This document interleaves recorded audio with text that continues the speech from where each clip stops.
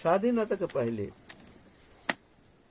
जब भारत अखंड भारत था उस समय बांग्लादेश में जन्म लिए हैं, लेकिन दुर्भाग्यवश जिस समय मातृ जठर में उसी समय पितृ वियोग हो गया, पिता चले गए, माता भी जन्म देकर माता भी अंतर्धान हो गए। अनाथ बालक कौन पालन पोषण करेगा?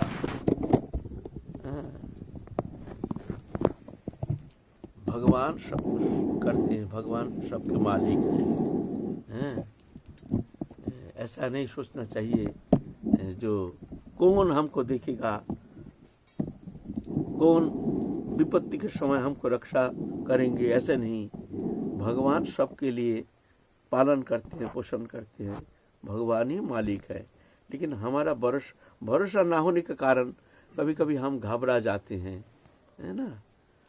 तो वो बच्चा अनाथ है, बगल में पड़ोसी जो है वो एक भक्त परिवार थे, कुछ शिष्य भी किए हैं, बहुत ही धार्मिक प्राण हैं, हरि भजन करते हैं। उनका कोई पुत्र संतान नहीं था। वो भक्त परिवार ने उठा लिया बच्चा को, लेकर के अपने पुत्र, उनका पुत्र संतान ना होने के कारण उनको ही अपने पुत्रवत मान करके उनको इस तरह से पालन पोषण किए हैं। नाम रखा रुईदास। तो बचपन में ही ऐसे भक्त संग, ऐसे भक्त सान्निध्य, शुद्ध आहार, शुद्ध विहार, संग के कारण जैसे संग ऐसे रंग। आज अच्छा भक्त आ नहीं रहा है, जगत में बहुत कम दिखने में आता है। ऐसे परिवेश का अभाव हो गया, ऐसे शिक्षा की अभाव हो गया, जिस कारण वो संस्कार प्राप्त नहीं हो पा रहा है। बालक तो बचपन में संस्कार प्राप्त होता है अपने माता से, पिता से, अपने परिवार से, लेकिन अब बहिर्मुखता के कारण, जिस कारण हमारे भीतर धर्मीय भावना का बहुत ही कमी आ गई है। बहुत साधारण तो है नहीं, जो भक्त है ऐसे तो है, ऐसे नहीं है, लेकिन बहुत कमी आ रहा है हमारे सनातन धर्म में। धर्म के प्रति आदर बुद्धि बहुत कम हो गया है, ऐसा ना। लेकिन पहले ऐसा नहीं था। ऐसे भक्त परिवार में रह करके, भक्त सान्निध्य में रह करके, शुद्ध आहार, शुद्ध विहार, इस तरह से रह करके उनका एक शुभ संस्कार बन गया। तत्सहित पूर्व जन्म के शुभ संस्कार लेके आए हैं, जिस कारण बचपन से हरिभक्ति में उनकी प्रगाढ़ निष्ठा, हरि नाम में निष्ठा, हरि कीर्तन में निष्ठा। बच्चा और कुछ अच्छा नहीं लगता है, पढ़ाई में मन नहीं, इसीलिए माता पिता भी उतना आग्रह नहीं किए हैं। पढ़े लिखे नहीं हैं ज़्यादा, थोड़ा सा प्राइमरी पढ़े होंगे। 15-16 साल होते ही उनका मन हट गया, बार बार उनका मन वृंदावन की ओर चल दिया। रोते हैं माता पिता के पास, जी माँ हमको तुम आदेश करो, हम चले जाएंगे वृंदावन, हमारा यहाँ मन नहीं लगता है। बहुत मन आते हैं जे बेटा मत जा, यहीं रह करके भजन कर, ऐसे कर, क्या कमी है, लेकिन मानने के लिए तैयार नहीं, मन माना नहीं।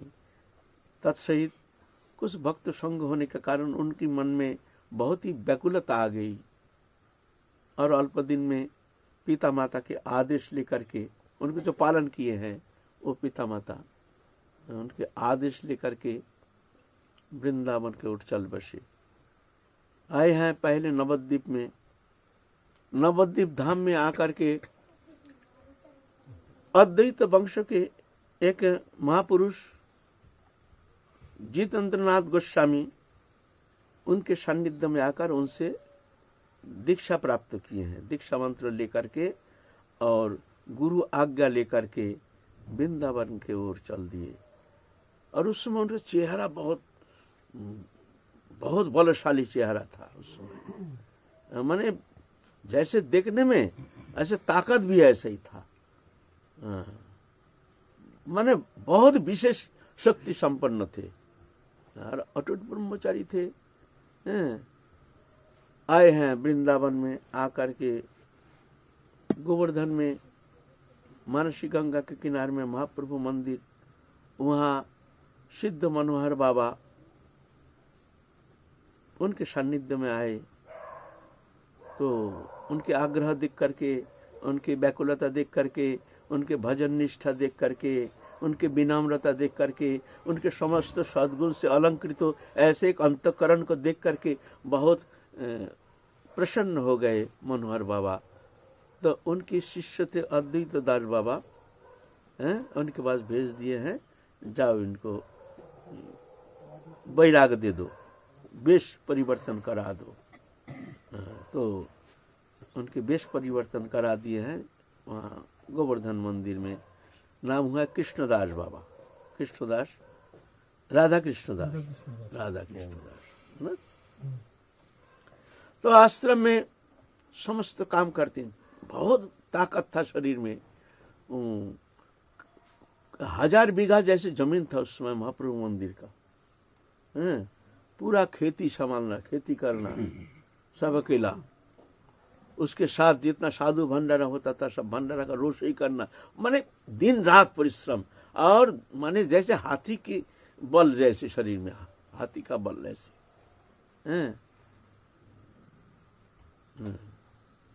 इतनी शक्ति, सब कोई देख करके घबरा जाते। तो जो ऐसी इतनी शक्ति कहाँ से आ गया इनमें। एक बार क्या हुआ, एक बार गेहूं काटा है, फसल हो गया है, फसल काट कर बोरा भर के रख दिया। अब ट्रैक्टर बुलाया, भाई ट्रैक्टर ले जाएगा मंदिर में। और उस समय सब ट्रैक्टर बिजी रहता है, व्यस्त रहता है, ठेका ले लेती हैं सबका सामान, सब गेहूं पहुंचाना घर घर में, सब कहीं तो बाजार में पहुंचाना है, कहीं तो ट्रैक्टर मिलता नहीं है। एक ट्रैक्टर वाला वो कह दिया, देखिए हम तो 3 दिन पीछे आ सकते हैं, 3 दिन के अंदर हमको सामान गेहूं पहुंचाना हमारे द्वारा संभव नहीं है। 3 दिन हुआ रहेंगे, बाई चांस बरसात हो गया तो सब गेहूं खराब हो जाएगा। बोरा भर के रख दिया और कैसो मन गेहूं, चिंता हो गया क्या करें, उपाय तो कुछ है नहीं। राधा कृष्ण बाबा कुछ कहा नहीं किसी को। एक एक क्विंटल के बोरा अपने कंधे में उठा करके मंदिर में पहुंचाने लगे, सुबह से संध्या तक। 3 दिन पीछे ट्रैक्टर वाला आके देखता है तो वहां गेहूं है नहीं। मंदिर में सब कहते हैं, भाई गेहूं कौन ने लाया, गेहूं कौन ने लाया। राधा कृष्ण बाबा कहते 3 दिन कौन इंतजार करेगा, हम खुद ही ले आए सब गेहूं। इतनी शक्ति थी उनमें। समस्त गेहूं ढो ढो के कंधे में करके खेत से एकदम मंदिर में पहुंचा दिया। इतना ताकत था उनमें, तत्सहित इतना उनमें भजन निष्ठा, सरलता, दया, माने समस्त सद्गुण से अलंकृत थे। ये सद्गुण जो है, ये जब भगवत शरणागत हो जाते हैं तभी जाकर के उनके अंदर समस्त सद्गुण से भक्ति देवी की कृपा से उनके अंतःकरण जो है एक अलंकार बन जाता है। कृपालु अकृत द्रोह सत्यसार समो निर्दोष बदान्नो मृदु शुचि अकिंचनो सर्वोपकारक शांत कृष्णैक शरण अकामनीय स्थिर विजित सरगुण मृत भूक अप्रमत्त मानदमानी गंभीर करुण मैत्र कवि दक्ष मौनी। ये सब अपराकृत गुण, ये सब वैष्णव के अंदर देखने में आता है। ये साधारण मनुष्य में ये सद्गुण आना संभव नहीं है। यह अपराकृत गुण से उनके हृदय एक अलंकार बन जाता है। जैसे सोना होने से ही कंठ में धारण किया नहीं जाता है, धारण करने के लिए एक अलंकार बनना जरूरी है ना। तो ऐसा ही तो एक स्वर्णकार के द्वारा एक अलंकार बन के जब आता है तभी जाके वो सोना कंठ में धारण करते हैं, शीशा में देखते हैं कितना सुंदर आदर से। और जब तक सोना रहता है, सोना होने से धारण किया नहीं जाएगा। इतना बड़ा एक सोना है, उसको थोड़ी कंठ में धारण किया जाएगा, गहना होना जरूरी है। तो ऐसे सभी जीवात्मा है, सभी भगवान का अंश है। लेकिन भक्त भगवान के, अहं भक्त पराधीनो, क्यों ऐसे हैं? ना भक्त तो एक अलंकार बन के आता है, ऐसे सद्गुण से एक अलंकार बन के आता है प्रभु की कृपा से। सुना है लेकिन ये अलंकार बन जाता है। तो भगवान प्रसन्न हो जाता है भक्त का अंदर। ऐसे अद्भुत अद्भुत सद्गुण राशि देख करके भगवान भी बहुत चमकित हो जाते हैं, है ना। तो ऐसे हैं ये। जब भगवत चरण में शरणागत हो जाते हैं तभी भक्ति देवी की कृपा से ऐसे अप्राकृत सद्गुण की अधिकारी बनते हैं। ऐसा ये साधन सापेक्ष नहीं, ये कृपा सापेक्ष। इसीलिए भक्त में जो सद्गुण देखने में आता है, दया, सहिष्णुता, सरलता, निराभिमान, बहुत सारे गुण देखने में आता है, ये भगवत कृपा से ही संभव है ना। तो ऐसे सद्गुण से अलंकृत हैं, देख करके तो सब बहुत प्रसन्न हो गए। लेकिन बाबा को ज्यादा दिन मन नहीं लगा, क्योंकि आश्रमिक जीवन में ना भजन होता नहीं। निंदा, चर्चा, खटामटी, ये सब आश्रमिक जीवन मात्र ही, जहाँ ज्यादा साधु संत रहते हैं तो वहाँ क्या होता है, थोड़ा सा ग्राम्य वार्ता, ग्राम्य कथा, फिर सब तो समान नहीं होता है। उसके अंदर हम जैसे दो चार प्रपंच भी मिल जाएंगे तो आपस में, तो ये सब देख करके उनका मन चटक गया, जो भाई यहाँ तो भजन होगा नहीं, हमको भजन करने के लिए स्थान परित्याग करना जरूरी है। तो कुछ दिन, कैसा 10-12 साल शायद रहे, फिर वहां से चले गए कोशी। कोशी में जाकर के एकांत स्थान में कुछ दिन रहे, फिर वहां भी मन लगा नहीं। वहां से चले गए तीर्थ पर्यटन के लिए, दक्षिण भारत चले गए। दक्षिण भारत भ्रमण करके आए हैं, आ करके गए हैं गोवर्धन में। सिद्ध मनोहर दास बाबा के चरण प्रांत में आकर के निवेदन किए हैं, बाबा मेरा मन नहीं लगता है, आश्रमिक जीवन हमको अब पसंद नहीं होता है, मैं चाहता हूँ कि एकांत में मैं कहीं भजन करूं, आप हमको कृपा कीजिए, आप बताइए मैं कौन सा पंथा अवलंबन करके मैं तीव्र भजन कर सकता हूँ, हमारे मानव जीवन में सफल कर सकता हूँ, ऐसे आप हमारे लिए उपदेश कीजिए। आश्रमिक जीवन में हमारा मन अब लगता नहीं है बाबा। तो मनोहर बाबा तो बहुत पहुंचे हुए संत थे, उस समय के माने हुए संत, ऐसे मतलब 60-70 साल पहले, 60-70 साल पहले की बात है। क्योंकि हम ही आए हैं 42 साल हो गया ब्रज में, हमारे पहले की बात है ना। 42 साल तो हमारा ही बीत गया देखते देखते ब्रज में। तो बाबा ने कहा देखो हमारे एक टूटा सा एक मंदिर है कामा में, तुम जाओ वहां जाके महाप्रभु की सेवा करो और भजन करो, जाओ एकांत में। तो आए हैं विमला कुंड के किनार में, मंदिर टूटा फूटा जीर्ण, कोई रहता नहीं है, जो भी सेवा, अरे रहेगा कौन वहाँ, पैसा नहीं, कौड़ी नहीं, सेवा की कोई वस्तु नहीं, सेवा करने इतना साहस थोड़ी है। आजकल तो हम लोग कैसे सेवा चाहते हैं, खूब सीट आएंगे, खूब धन रहेगा, खूब पैसा रहेगा, वो तो फिर महंत बनने के लिए तैयार हो जाते हैं सेवा करने के लिए। लेकिन कौन परिश्रम करके, वह कष्ट स्वीकार करके शिव विग्रह का सेवा करेंगे, ये सबके द्वारा थोड़ी संभव है। ये तो ऐसे कोई बिरले ही कोई भक्त उनमें ऐसे सेवा निष्ठा देखने में आता है ना। वहाँ पटक के चले गए, इधर पड़ा है गौरांग महाप्रभु, उधर पड़ा है नित्यानंद प्रभु। कपड़ा नहीं है, वस्त्र भी नहीं है, टूटा फूटा जीर्ण उसके भीतर पड़े हैं। आके देखते कोई सेवक नहीं, कुछ नहीं, ऐसे ही पड़ा है। बहुत मन में बड़ा कष्ट हुआ, रोने लगे, आहा महाप्रभु की ये दशा। तो ऐसे सुने हैं कि अपना जो बहिर्वास था, और बहिर्वास को फाड़ करके 2 टुकड़ा बना के दुटो को लंगोटी बना के पहना दिया निताई को और गौ महाप्रभु को, दोनों को, निताई गौर को पहना के वहाँ साफ सफाई करके बड़े अपने शरीर कायिक चेष्टा के द्वारा साफ सफाई करके सुंदर करके उनको स्थापना किए हैं। बहुत त्यागी थे, किसी से कुछ मांगते नहीं थे, किसी से कुछ लेते नहीं थे। लेकिन निताई गौर का ये दशा देख करके उनके मन में तो कष्ट तो बहुत हुई, लेकिन मन में एक प्रसन्नता भी आ गई कि ऐसे एकांत स्थान चाहिए। भजन करने के लिए एकांतता बहुत जरूरी है। जहाँ लोग संसर्ग संपर्क हो वहाँ भजन होना बड़ा मुश्किल। भजन के लिए तुम्हारा नियम धन कुछ भी हो, भजन पद्धति कैसे भी हो, लेकिन एकांतता का बहुत प्रयोजन है।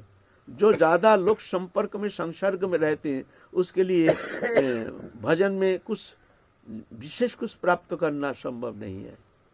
इसीलिए गीता में कहे जोगी जुंचित सतत आत्मनंग रहस्य स्थितो एकाकी जथ चित आत्मा निराशीर परिग्रह। जोगी मन को, जोगी माने जो भगवत सान्निध्य प्राप्त करना चाहते हैं वो जोगी माने भक्ति योग। भक्ति योग श्रेष्ठ योग। जोगी नाम अभी सर्वेशं मद्गतिनांतरात्मना श्रद्धावान भजत जोमं सौम्य युक्त तमो मत। एक उत्तम जोगी है। जोगी माने जोगी क्रिया नहीं, जोगी माने मिलन। जोग माने मिलन, भगवान से मिलन होता है। श्रेष्ठ योग क्या है ना, भक्ति योग। जोगी नाम अभी सर्वेशं मद्गतिनांतरात्मना श्रद्धावान भजत जोमं सौम्य युक्त उत्तम मत। ये उत्तम मत है मेरा, है ना। तो ऐसे भक्ति योग सर्वश्रेष्ठ है।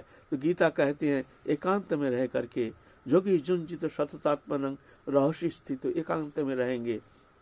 निराशी, कोई आशा नहीं रखना, ये करना है वो करना है, आश्रम करना है, मंदिर करना है, कोई आशा नहीं। आशा रहने से, आशा के कारण तुम्हारा संकल्प विकल्प होगा, संकल्प विकल्प के कारण वस्तु प्राप्ति के लिए तुम्हारा चेष्टा होगी, चेष्टा के कारण तुम्हारा कर्म चेष्टा, तुम ऐसे ही कर्म करना शुरू कर दोगे, भजन छूट जाएगा, फिर भागदौड़ शुरू हो जाएगा। हम लोग भागदौड़ क्यों करते हैं? भागदौड़ का कारण है हमारे जो मन जो है ना नाना विषय अंतर में भगता है। ये चाहिए, वो चाहिए, वो चाहिए। अरे भक्ति चाहिए, भक्ति हुआ नहीं, ये चाहिए वो चाहिए। ये चाहन तो अनादिकाल से हम संसार चक्र में घूमते घूमते इसकी निवृत्ति तो हुई नहीं और बढ़ता ही गया। अभी भी मानव जन्म मिल गया, कैसे हो, अभी भी चाहन। अरे ये चाहन समाप्त करो, चाहो एक ही चाहो, इस शरीर रहते रहते हमको भगवत चरण में भक्ति मिल जाए, ये चाहन रखो और चाहन मिटाओ। हुआ ठीक है, नहीं हुआ और अच्छा है, नहीं तो भजन होगा नहीं। तो बाबा देखे ये एकांत स्थान में अच्छा हुआ, कुछ मिले ना मिले हमको तो भजन तो होगा। तो वहाँ दिन रात, शरीर तो बहुत सुंदर था ना, बहुत चेहरा बहुत बलशाली थे। वहाँ खुद ही सब पत्थर पुत्थर हटा हुटा के एकदम साफ सुथरा करके फिर जा करके किसी से मांगते नहीं थे, कोई देने आते थे तो लेते नहीं थे, बहुत निष्किंचन थे। साधु को किसी से मांगना, हाथ पसारना निषेध है, निषेध है। साधु हाथ पसारेगा नहीं कोई भी अवस्था में।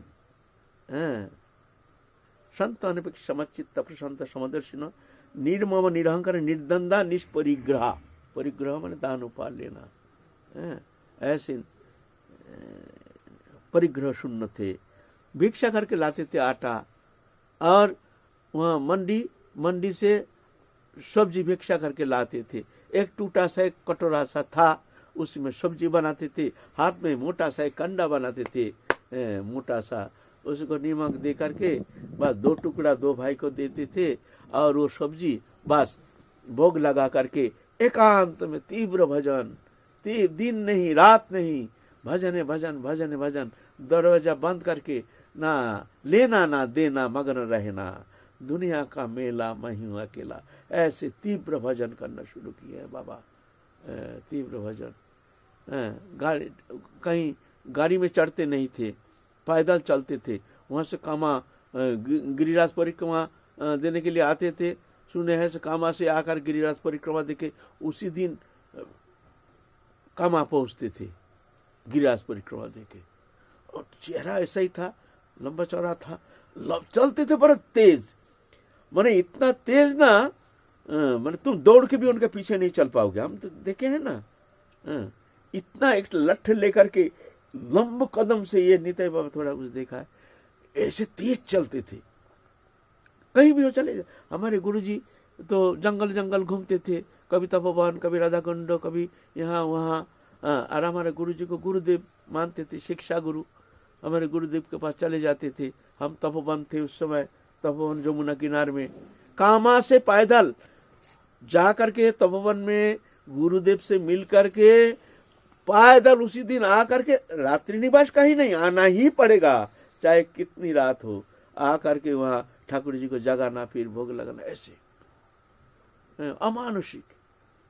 कोई मनुष्य के द्वारा ऐसे इतना कठोर तपस्या संभव नहीं है, है ना, कठोर तपस्या। वही भिक्षावृत्ति, एकादशी के दिन निर्जला, सारा दिन निर्जला, दरवाजा तो बंद रहता था।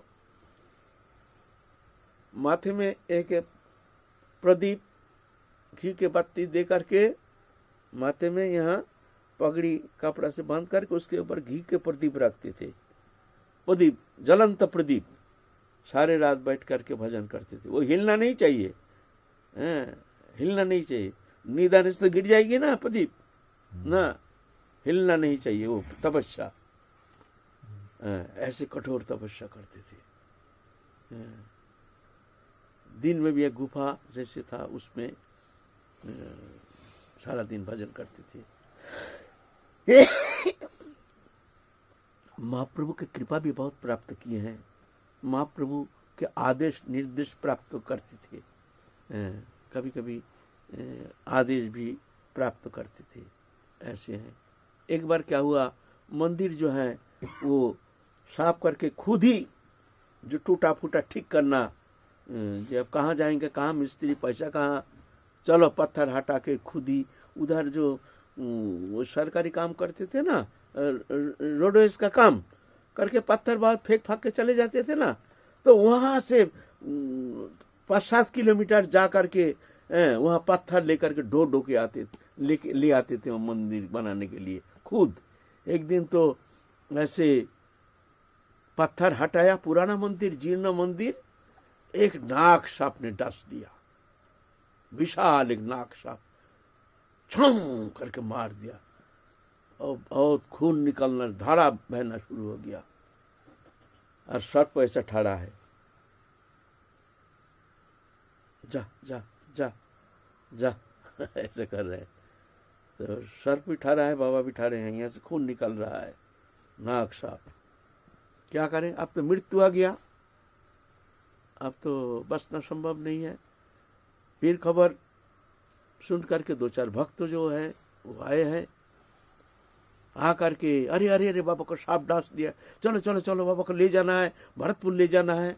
बाबा कहता है महाप्रभु की सेवा छोड़ के भरतपुर नहीं जाएंगे, मृत्यु है, ठीक है, महाप्रभु के चरण प्रांत में ही हम शरीर छोड़ेंगे, हम कहीं जाएंगे नहीं, जो होगा महाप्रभु की इच्छा। ये दासा है, ये भी महाप्रभु की इच्छा है, अगर रखेंगे तो महाप्रभु की इच्छा, अगर जाना है वो भी महाप्रभु की इच्छा, फिर भी महाप्रभु के चरण छोड़ करके हम जाएंगे नहीं यहाँ से। तो कोई मानने के लिए तैयार नहीं, सीधा आ गए हैं मंदिर में, आसन में बैठ गए हैं, नाम माला लेकर के बैठ गए हैं। सारी रात बीत गई, कुछ नहीं हुआ, कोई सर्प डस गया, कुछ असर नहीं पड़ा, कुछ नहीं हुआ। तब से उनका नाम फैल गया पूरा ब्रजमंडल में, पूरा कामा में, सब फैल गया। जी बाबा सिद्ध बाबा एकदम सिद्ध महात्मा है, ये साधारण नहीं है। बड़े बड़े लोग आते थे, बड़े बड़े मंत्री मिनिस्टर, घुसने नहीं देते थे आश्रम के अंदर, घुसना नहीं, गाली देते थे बड़े जम के।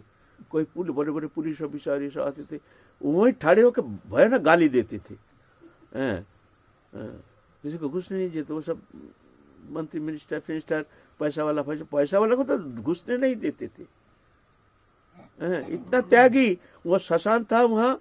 वो जो कपड़ा लगता मुर्दा का फेंक जाते थे, और मुर्दा का कपड़ा लेकर के कॉपिन बना के पहनते थे। ठंडी मौसम में क्या पहनेंगे, वहाँ मुर्दा जलाने के लिए आते थे, वहाँ स्वेटर फेंक देते थे ना जो पुराना, वही स्वेटर पहनते थे। हम भी देखे हैं, ये भी देखा है। एक स्वेटर था मुर्दा का, यहाँ बुटान वाला, वही उनका ड्रेस था। कितना त्यागी, ऐसा थोड़ी होता है, ऐसे भक्ति थोड़ी होती है, ऐसे ही राधा रानी की कृपा प्राप्ति थोड़ी होती है। ससुख बासना, हम लोगों को तो बासना क्या चाहिए, कपड़ा चाहिए, लत्ता चाहिए, सुख चाहिए, सुविधा चाहिए, खाने को चाहिए, बढ़िया चाहिए, गरम गरम चाहिए, ठंडा खाया नहीं जाता है, ठंडी रोटी खाया जाता है। हम लोगों का कितना सुविधा, गर्मी है, एसी चाहिए, पंखा चाहिए, कूलर चाहिए। तो भक्ति ऐसे थोड़ी होती है, एक खेल तमाशा है। सुबह होते ही बाल भोग चाहिए, गरम गरम, वो भी अच्छे ऐसे नए नए, एक सा बाल भोग तो नहीं खाया जाता है। आज कुछ हलवा तो कल कुछ और बढ़िया खाएंगे ना, तब ना जगह भजन होगा। ऐसे आज के जो हम जैसे साधक की जो स्थिति है, वो कह रहे हैं ऐसी स्थिति, ऐसी तीव्र कठोर साधना की, है ना। चतुर्मास व्रत करते थे, आधा किलो दूध बस सारे दिन में, 24 घंटा में आधा किलो दूध पी करके चतुर्मास व्रत करते थे, और कुछ नहीं। 4 महीना ऐसे साधन में बहुत उच्च स्थिति में पहुंच गए थे, लेकिन किसी को बताते नहीं थे। साधन शक्ति संपन्न थे बहुत, महाप्रभु की कृपा प्राप्त कर चुके हैं, दर्शन भी प्राप्त किए हैं, ऐसे भी सुनने में आता है। एक बार क्या हुआ, पीछे तो उनके बहुत सेवक आने लगे। एक बार मैया थी, एक उनकी ब्रजवासी मैया, उनकी बहुत सेवा करती थी, एक निष्ठ सेवा करते थे। झाड़ू गुड़ू लगाना, ये करना, साफ सफाई करना, ये करना। क्या नाम मैया? दुलाली मैया। बहुत पहले से, हम जब आए तब से, हम जब 42 साल पहले तभी वो मैया को देखे। वो मैया बहुत सेवा करती थी। एक बार क्या बीमार हो गया मैया का, बस अंतिम समय आ गया। वो उम्र भी बहुत हो गई है, अभी बहुत उम्र है। तो अब बहुत डॉक्टर दिखा लिया, डॉक्टर कहते हैं नहीं, ये तो बचेगा नहीं, हमारा पास तो कोई इलाज है नहीं। बड़े बड़े डॉक्टर दिखाए, ऐसे संपन्न घर के माई हैं, पैसा कौड़ी है, ऐसा नहीं, दरिद्री नहीं, लेकिन सब डॉक्टर हाथ उठा दिया, ये इसका इलाज होना संभव नहीं, अब बस घर लेकर के भगवत नाम करो, कुछ करो, कोई इलाज तो हमारे पास है नहीं। अब अंतिम समय आ गया। बाबा ने बोला, क्या हमारे महाप्रभु के दरबार में आकर के अकाल मृत्यु ऐसा थोड़ी होता है? हमारे महाप्रभु क्या है नहीं? हमारे महाप्रभु है नहीं, ले आओ, ले आओ, देखे कैसे हमारे सामने ले जाए, हम देखेंगे, ले आओ। ले आए हैं महाप्रभु के मंदिर में। बाबा ने उस अंतिम समय, एकदम मान लो अंतिम स्टेज, लास्ट स्टेज आ गया, मैया अब जाने वाली है। माथे के पास बैठ करके माला लेके बैठ गए हैं, सारी रात बैठे हैं। सुबह उठते मैया उठ के बैठ गई है, बोला ली एले एले पानी पी ले। मैया स्वस्थ, अभी भी स्वस्थ। यह तो बहुत साल पहले की बात है, अभी भी मैया स्वस्थ है, मृत्यु टल गया। हमारे महाप्रभु है नहीं, हमारे महाप्रभु क्या है नहीं, हमारे सामने चली जाएगी, ये कोई बात है? कैसे जाएंगे, हम देख लेंगे। महाप्रभु के प्रति कितनी विश्वास, कितनी अटूट निष्ठा, ऐसे निष्ठा, ऐसे तो होना चाहिए ना। अपने इष्ट में निष्ठा, इष्ट के प्रति दृढ़ विश्वास, दृढ़ निश्चय, ये तो भक्ति का प्राण है। जहाँ इष्ट के प्रति विश्वास नहीं, निष्ठा नहीं, वहाँ कहाँ भजन है? हमारा तो विश्वास ही नहीं। थोड़ा सा दुख आता है, थोड़ा सा कुछ बाधा आदि व्याधि उपाधि आ जाती है, उसमें घबरा जाते हैं, हमारे निष्ठा नष्ट हो जाता है, हमारे प्रति प्रभु का कोई कृपा नहीं। ऐसे ही है, ऐसा नहीं है। दृढ़ विश्वास, विश्वास है साधन का प्राण केंद्र। भजन कम हो वो भी अच्छा है, लेकिन ये जो विश्वास, इष्ट प्रभु कृपा करेंगे ही, ऐसे दृढ़ विश्वास, तो भजन में तुम्हारा बल आ जाएगा, प्रेरणा का स्रोत बन जाएगा। नहीं नहीं कृपा करेंगे ही, वो करुणामय दयामय, हम उनके शरण में हैं। बोले कौन गुण से हमको करुणा करेंगे, कैसे, क्या है हम में, कौन सा गुण है? नहीं कोई गुण नहीं है, लेकिन हम प्रभु के शरणागत हैं।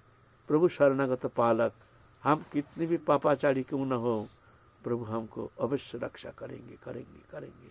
ओ दीनबंधु दीननाथ पतित पावन अगतिर गति जगतपति जगन्नाथ, ये विश्वास।